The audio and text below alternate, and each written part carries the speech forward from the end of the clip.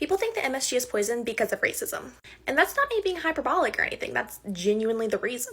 You see, MSG, or monosodium glutamate, is the salt of glutamic acid. To put it very simply, MSG is a salt that enhances the umami flavor, or the savory flavor, of foods.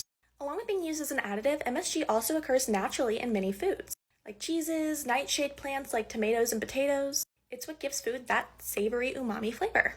Now this is MSG in its additive form. They're basically little salt crystals. This was first created by a Japanese chemist named Ikeda Kikune in 1908. See, he realized that whenever he added kombu, which is a type of edible kelp, to his broth, it made it way more delicious.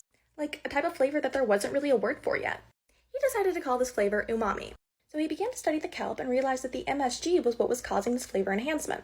He figured out how to isolate the MSG crystals, and by 1909, MSG was being mass-produced. So where does the racism come in? So in 1968, a guy named Dr. Robert Homan Kwok wrote a letter to the New England Journal of Medicine describing something called Chinese restaurant syndrome. You can pause to read. Now there are some people who claim that this was written as satire. Some guy named Dr. Howard Steele claims that he wrote it as a prank. Nobody really knows for sure, but that doesn't matter, because it was the aftermath of this letter that caused the issue.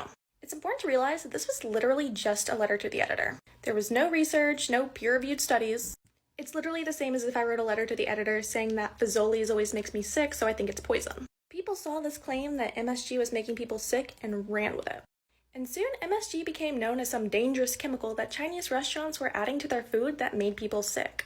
Doctors and researchers began conducting a lot of really poorly designed studies showing the dangers of Chinese food, and this ended up further perpetuating xenophobia against Chinese people and their food.